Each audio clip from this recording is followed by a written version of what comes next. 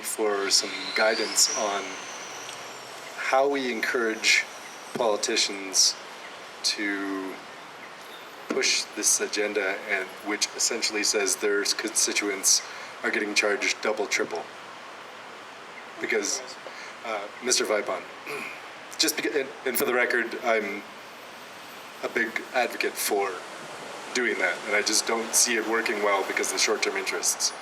Sure. Well, I think putting a price on carbon would be the first thing.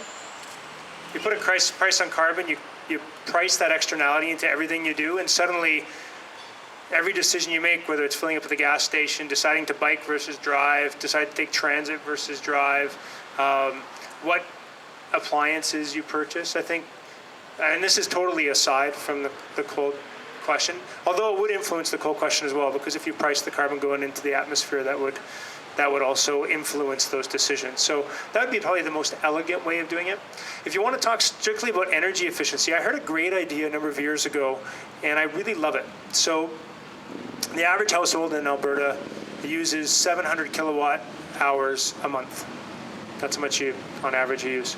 So what if you priced, and we pay about 8 cents a kilowatt hour on average.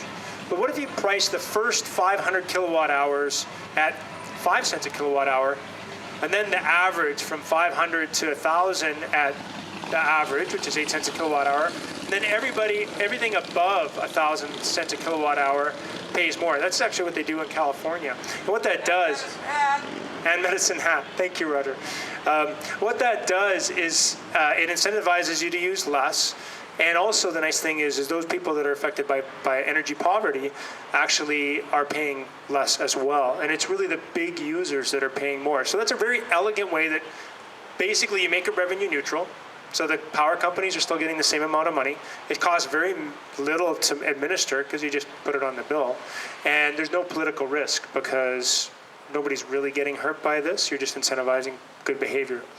So and you can do that with natural gas as well. So for your heating costs, find out what the average heating cost is. The big houses pay more. You can do that with transportation. So maybe you prorate the registration of your vehicle depending on what the efficiency is. And all these are very simple and elegant solutions to this. I have a cousin in BC who just recently posted on Facebook that she was celebrating the fact that she got a $50 rebate back from BC Hydro because she dropped her energy use year over year by 10%. She did that by turning off lights and replacing lights with LED fixtures.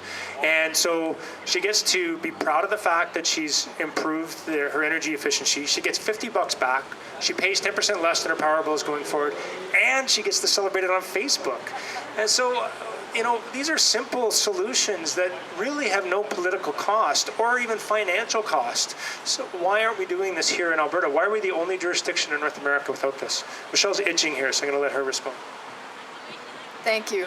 Well, actually, we are already carbon taxing in Alberta and have been doing so for many years, but we have only taxed the specified emitters, the large specified emitters, and that money has gone into an R&D fund. So it's wrong to say that we're not doing that in Alberta. We are.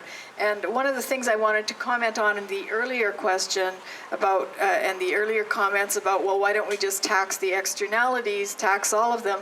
Just remember for instance, the PM 2.5 of coal-fired power plants in Alberta is 0.4% of the emissions in Alberta. So if you're driving a car, then all those externalities are going to now be dumped onto you as well, because you're also on a par with this pollution. In fact, probably more of a polluter. And the other comment with regard to just shutting down the coal-fired power industry, we have a thing in Canada which is called rule of law. I'll just say that again, rule of law. And that means that the power companies have negotiated with the federal government for some time to come to whatever schedule they came to. And we are hurting right now in Alberta because investment dollars are leaving because of the change in government, because of the drop in oil. But I tell you, if you start changing the rules just because you think you can, that will continue to cascade. Like, one of the benefits of Alberta has been rule of law and has been a very solid, reliable practice here that things don't just change like that overnight. That investors could put their money here, they could know that down the path, 5 years, 10 years, whatever it is, those are the terms. And that's what the investment community looks for. So I'm quite opposed to this kind of totalitarian idea of, well, we'll just change it because we think we should, especially when it's not supported by the evidence of carbon actually causing warming.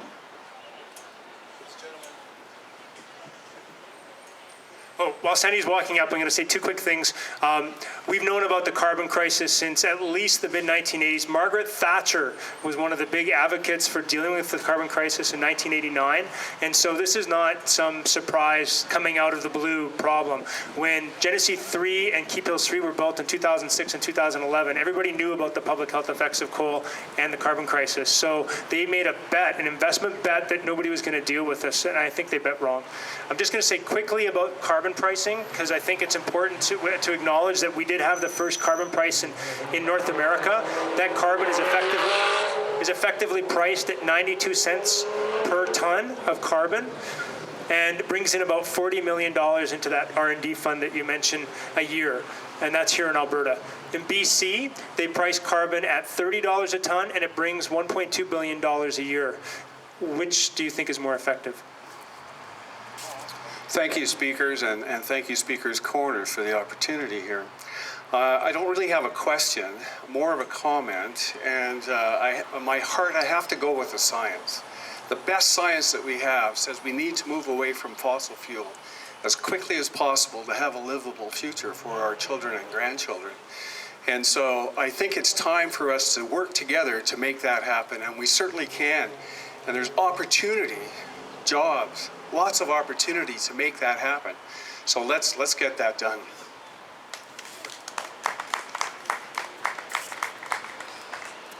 One more? Sure.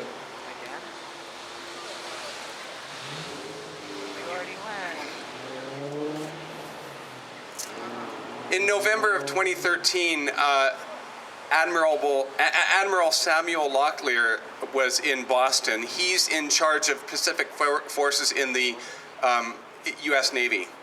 I'm guessing that a man doesn't get to his position by spouting off stuff that he doesn't know to be true. I don't think he gets to his position with hyperbole. So he was asked, what's the greatest danger to U.S. national security in the Pacific? And he didn't say China, and he didn't say North Korea. He said climate change. So I'm not a scientist. I don't have any letters behind my name except for ADD. But when Samuel Locklear says that climate change is a big deal, I think that carries some weight. Maybe not with people in the audience, maybe not with friends of science, but I think a lot of people pay attention to people in that sphere of influence. The other thing I wanted to say is that there's a number of people who came to the microphone commenting that, costs of this transition are pretty expensive. What is the cost of doing nothing? If you're presuming that the cost of doing nothing is zero, then you're badly off the mark. Thank you very much. Can I comment to that? The very last comment, and then we're going to send you all off with some soul-elevating music. Okay, but there is something happening. The guidelines are already in place, set out by the federal government for the closing of all the coal-fired plants. So I think it's not fair to say that it's a do-nothing scenario, because there is a plan in place. Thank you. And I guess Michelle was left hanging. She had one more comment, and this will be the very last comment. And then we're going to give you some music and shut off the mics. Go ahead, please. Okay, regarding the Admiral and climate change, if you recall when Obama got into power, one of the first things he did was really cut back money to the military. So the first thing that they did was to put everything under the climate change category, and they magically got all that money back. And if you are an admiral in any navy, you would know from history that one of the greatest risks, if you know anything about the Spanish Armada, is climate change, because the Spanish Armada went under because of a very extreme storm. And think back to Napoleon marching on Moscow. So I just want to also mention here that in terms of climate policy, when the military is talking about catastrophic events, one thing that is being left out of the picture is the fact that climate policy is presently causing a very significant amount of chaos in the world. The US EPA policy on food to fuel ethanol is moving megatons of corn off the market every year, driving up the cost of animal feed and human feed. And there's a study done by the New England Institute of Complex Systems where they show that this is actually causing a lot of the migration across the Middle East because people are just starving and desperate. They actually track the cost of food and they forecast where the next civil unrest would break out. They took this to the United States government, and 4 days later, Mohamed Bouazi in Tunisia immolated himself.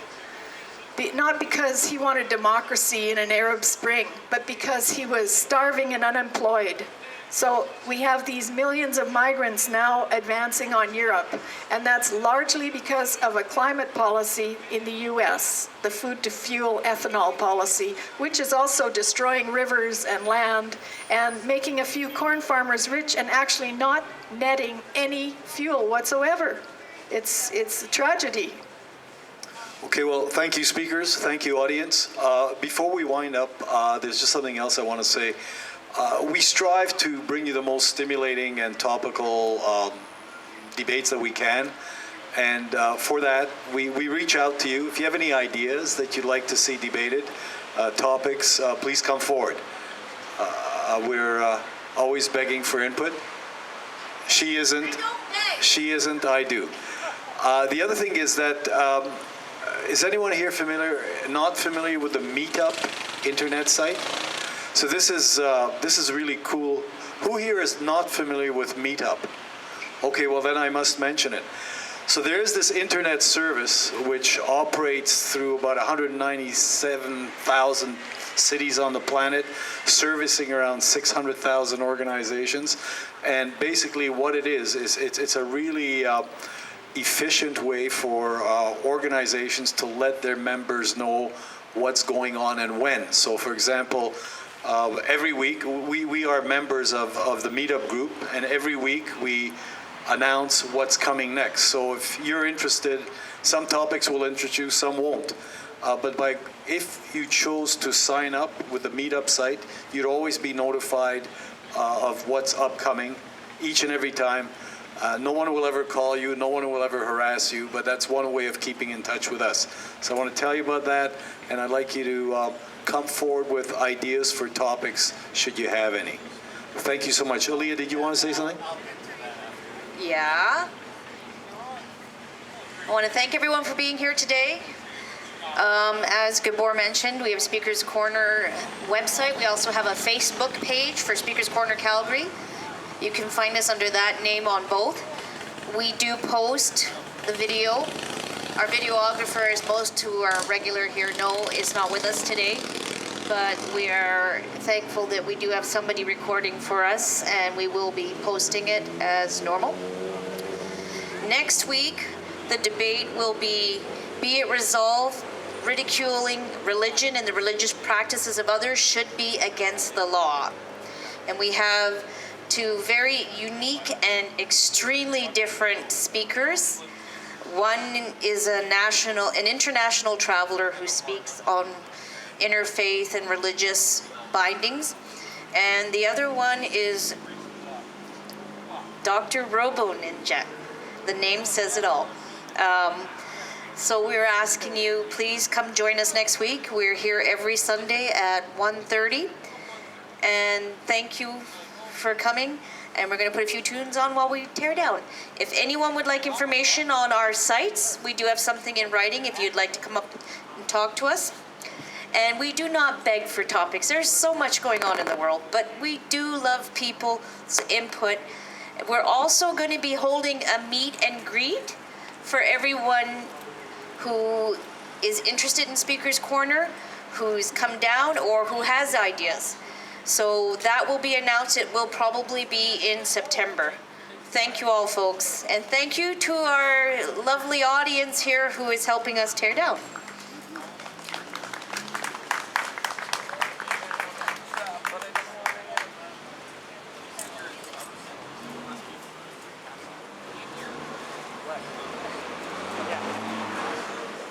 Hold on.